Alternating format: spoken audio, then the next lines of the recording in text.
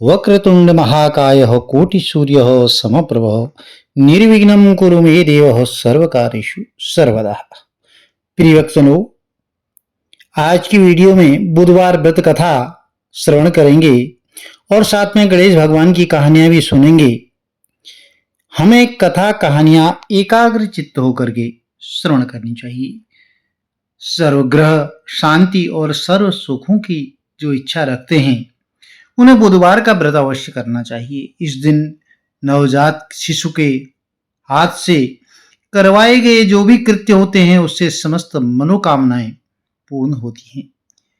इस व्रत में रात दिन में एक ही समय में भोजन करना चाहिए और इस व्रत के समय हरी वस्तुओं का भी उपयोग करना बहुत श्रेष्ठ होता है।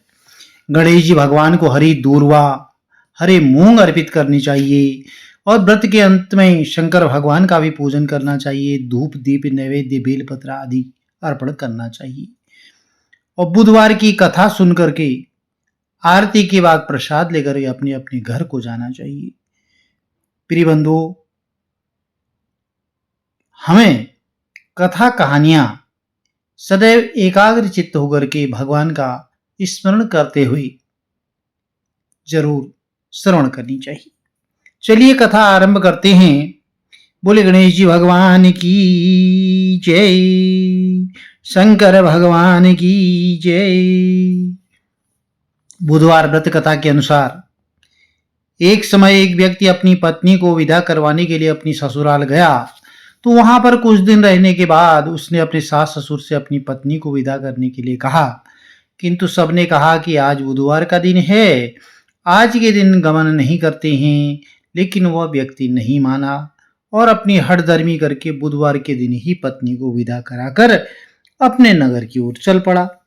अब राह में उसकी पत्नी को बहुत प्यास लगी, तो उसने अपने पति से कहा कि मुझे बहुत जोर से प्यास लगी है। तब वह व्यक्ति लोटा लेकर के रथ से उतरकर जल लेने चला गया।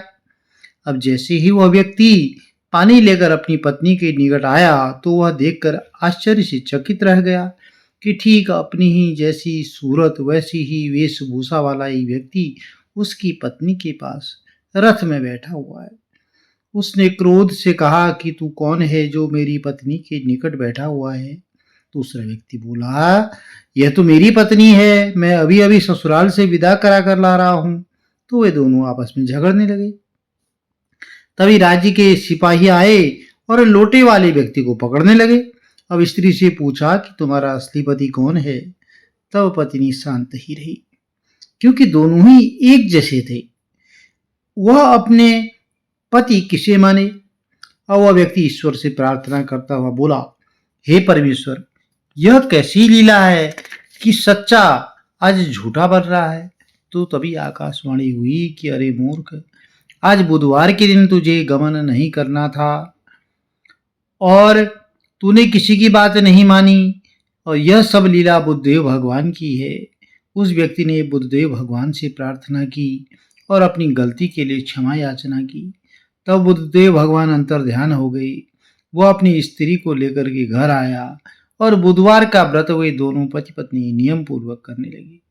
जो व्यक्ति इस कथा को श्रवण करता है और सुनाता है, हुंकारा भरता है, उसको बुधवार के दिन यात्रा करने का कोई दोष नहीं लगता है। उसको सर्व प्रकार से सुखों की प्राप्ति होती है। बोलिए बुद्धदेव भगवान की जय। आज बुधवार का दिन गणेश भगवान को समर्पित होता है। प्रथम पूज्य गणेश जी भगवान की कथाएं भी आज के दिन श्रवण करनी चाहिए। चलिए बुधवार के दिन सुनी जाने वाली गणेश भगवान की कहानियां सुन लेते हैं। बोले गणेश भगवान की जय। एक बुढ़िया माई थी। वह गणेश जी का पूजन रोज किया करती थी और वह रोज मिट्टी के गणेश जी बनाती और रोज गल जाते। तो एक दिन की बात है, पास में काम चल रहा था मकान का, तो एक सेठ जी का मकान बन रहा था। बुढ़िया बोली मिस्त्री से कि मेरे लिए पत्थर का गणेश जी गढ़ दो। तो मिस्त्री बोले, बुढ़िया माई, जितने में हम तुम्हारे लिए पत्थर का गणेश गढ़ेंगे उतने में तो हम अपनी दीवार की चिनाई ना कर लेंगे। अब बुढ़िया माई बोली, राम जी करे तुम्हारी दीवार टेढ़ी हो जाए। अब जब उनकी दीवार टेढ़ी हो गई, वो चिनाई करें, फिर टेढ़ी हो जाए, फिर ढहा दें, फिर चिनाई करें और फिर ढहा दें। ऐसा करते करते शाम हो गई। वो बहुत परेशान हो गई। अब शाम को सेठ जी आए। सेठ जी ने बोला कि आज कुछ काम नहीं किया?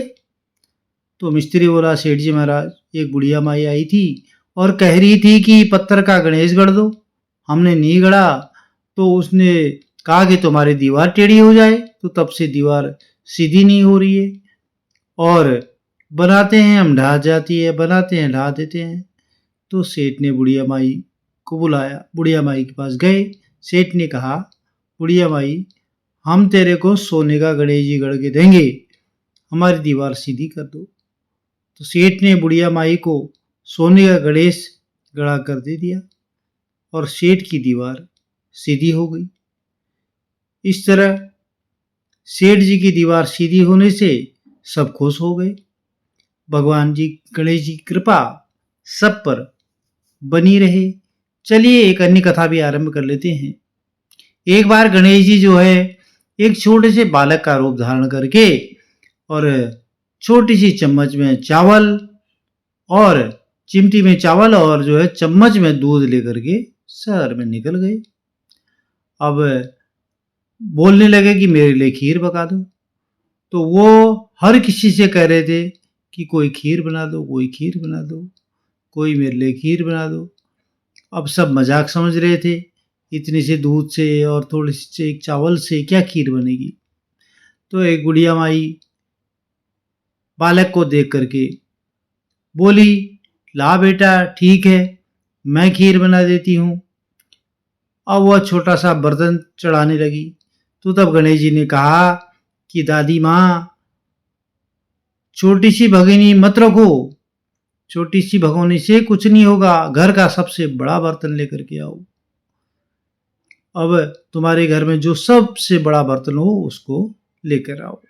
बुढ़िया ने घर में जो बड़ा बर्तन था वह चढ़ा दिया। अब बुढ़िया ने वही चढ़ा करके देखा और देखती रह गई। वह जो थोड़े से चावल उस बड़े बर्तन में डाली थी तो वह पूरा भर गया। और गणेश जी ने कहा, दादी माँ, अब वह तो पूरा भर गया है, तो मैं अब नहा करके आता हूँ, तुम तब तक खीर बना करके रखना। तो खीर तैयार हो गई और बुढ़िया के पोते पोती खीर खाने के लिए रोने लगे। तो बुढ़िया ने कहा, गणेश जी, तेरे भोग लगाना का कर जो है चूल्हे में थोड़ी सी खीर डाल दी और कटोरी में भर करके बच्चों को दे दी। उसके बाद बहू ने खा ली, पूरे गांव में बंटवा दी और वह खीर जो है फिर उतनी की उतनी खीर रहेगी। तो जब गणेश जी आए तो बुढ़िया माई ने बोला, गणेशा तू भी खा ले। तो बूढ़ी गणेश जी ने कहा, अम्मा, मैंने तो तभी खा लिया था जब तुमने अग्नि में उस खीर को थोड़ा सा डाल दिया था और तुम्हारे पोतू पोती ने खा लिया था, तुम्हारी बहू ने खा लिया था, तभी मैंने खा ली। अब बुढ़िया माई ने बोला, इस खीर का क्या करें, पूरे शहर में बंटवा दी और फिर भी बच रही है। तो बुढ़िया माई को गणेश जी ने कहा, इस खीर को जो है घर के कोने में दबा देना। अब बुढ़िया माई ने ऐसा ही किया, जो बची खीर थी वह घर के कोने में दबा दी। और दूसरे दिन जब देखती है बुढ़िया माई उठती है तो वह जो खीर थी उस बर्तन में वह सब सोने के आभूषणों में बदल गई। तो हे गणेश जी भगवान, जिस तरह बुढ़िया माई के दुख भरे दिन बीत गए, इसी तरह सबके घर में कष्ट को दूर करना, सुख समृद्धि बरकत सदैव बनाए रखना, अपनी कृपा से परिवार में सुख शांति सदैव कृपा दृष्टि बनाए रखना। और यदि कहानी अच्छी लगी तो चैनल को लाइक शेयर सब्सक्राइब जरूर करें। भगवान गणेश जी का आशीर्वाद और बुद्धदेव का आशीर्वाद परिवार में सदैव बना रहे। चलिए गणेश जी भगवान और बुद्धदेव की आरती आरंभ करते हैं। जय गणेश देवा, माता जाकी पार्वती पिता महादेवा। एक दंत दयावंत चार भुजाधारी, मस्तक सिंदूर सोहे मूसे की सवारी। हार चढ़े फूल चढ़े और चढ़े मेवा, लड्डुअन का भोग लगे संत करे सेवा। जय गणेश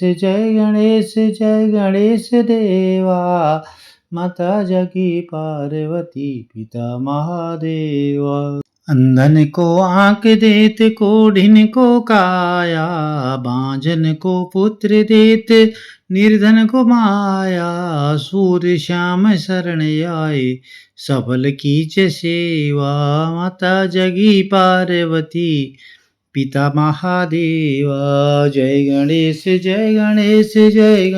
देवा, माता जगी पार्वती पिता महादेवा। दीनन की लाज रखो शंभु सुतवारी, कामना को पूर्ण करो जग बलिहारी। जय गणेश देवा, माता जाकी पार्वती पिता महादेवा। बोले गणेश जी भगवान की जय। इसके बाद बुद्धदेव की आरती करनी चाहिए। चलिए बुद्धदेव भगवान की आरती कर लेते हैं। आरती जुगल किशोर की जय, तन मन धन न्योछावर की जय। गौर श्याम मुख निरखत लीजय, हरि का स्वरूप नयन भरि पीजय। आरती जुगल किशोर की जय, तन मन धन न्योछावर की जय।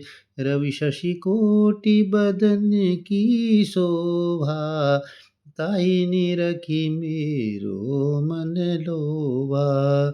उड़े नील पीत पट सारी, कुंज बिहारी गिरिवर धारी। आरती युगल किशोर की जय, तन मन धन न्योछावर की जय।